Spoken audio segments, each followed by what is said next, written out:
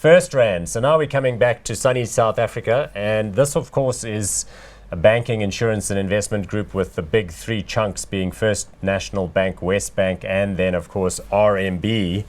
It's got a market cap of 262.2 billion rand, price earnings ratio of 12.1, which is dirt cheap, dividend yield of 4.81, which is extremely high.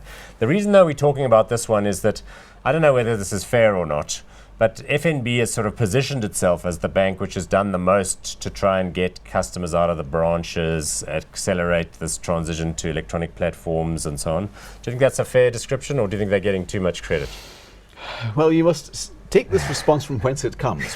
But I think, to be fair to ABSA has got a fantastic new electronic banking site that they've gone live with. They have, and it's changed recently. And if you look at some of the branches they've got, things like in Hyde Park and Sandton, paperless branches. Well, I'm talking about ABSA here. ABSA. They're, again, state of the art, and Clearwater and one or two. So, I don't know if it's... Have they done the same thing that FNB does, where they take the sort of section where you require security clearance to get in and push that to the back of the branch, and then had the sort of more consumer-friendly wander in, speak to a consultant? Because the one in Melrose Arch, where FNB is just below our office, has got that concept.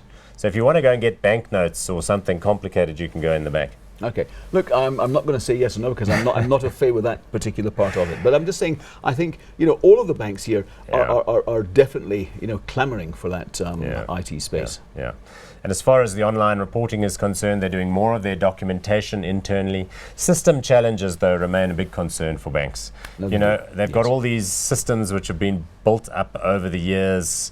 And, if you talk to people who actually work in banks, they say, well, you might do something online, but there's a gopher somewhere in the system who takes a piece of paper and over the weekend is busy, punching it in there. That's not a good sign.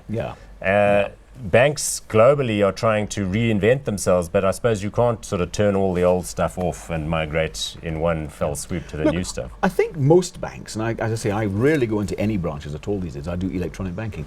But I think most banks have long ago done away with the carbon paper and writing things in. But yes. I stand to be correct. And pieces of paper that have to be scanned. And that is definitely the... If we look at FirstRand a few years ago, I think they did gain a bit of a march on many other competitors by offering iPads to people, on a very much a discounted basis. And they're busy launching something with smartphones now, aren't they? Right now, they're launching some sort of thing where you can get an FNB branded phone. I think it's some sort of Chinese phone with FNB logo on it. Oh, okay. Okay, look, FNB, FirstRand, RMB, also a very strong franchise. Westbank probably not doing all that well at the moment because car sales have been terrible. But overall, South African banks, cheap at the moment. Very cheap, yes. Cheap because why? People are concerned about the cost of funding at the expense of a possible sovereign debt downgrade because of the politics that are going on. Yeah. Is that the main reason? That's part of it. I think there's also a degree of infection, for want of a better expression, from the foreign banking sector. We've seen some horrible situations, and that's perhaps affecting our situation. So I think a lot of investors, even although they realize that our banks really are cheap, they're awfully well capitalized, and they emerged from the global financial crisis really looking in very, very good shape. They're still a little bit wary. Everybody's a bit iffy about the sector. Let's look at the chart, because this is a 5-year picture. You can see it did extremely well for a long time, got to the top of the pops, largest and most profitable of the South African banks, and then since then it's been a bit rocky. That slide there at the end of 2015 was the Nene Gate scenario, and you can see that yesterday they went down a little bit there at the end. So are you hot or not on this one? Look, I still like this one. I'm hot on it. I am too. And sooner or later, this thing about banks being cheap is got to be worth something. Okay, eventually, yes, the market will get it right.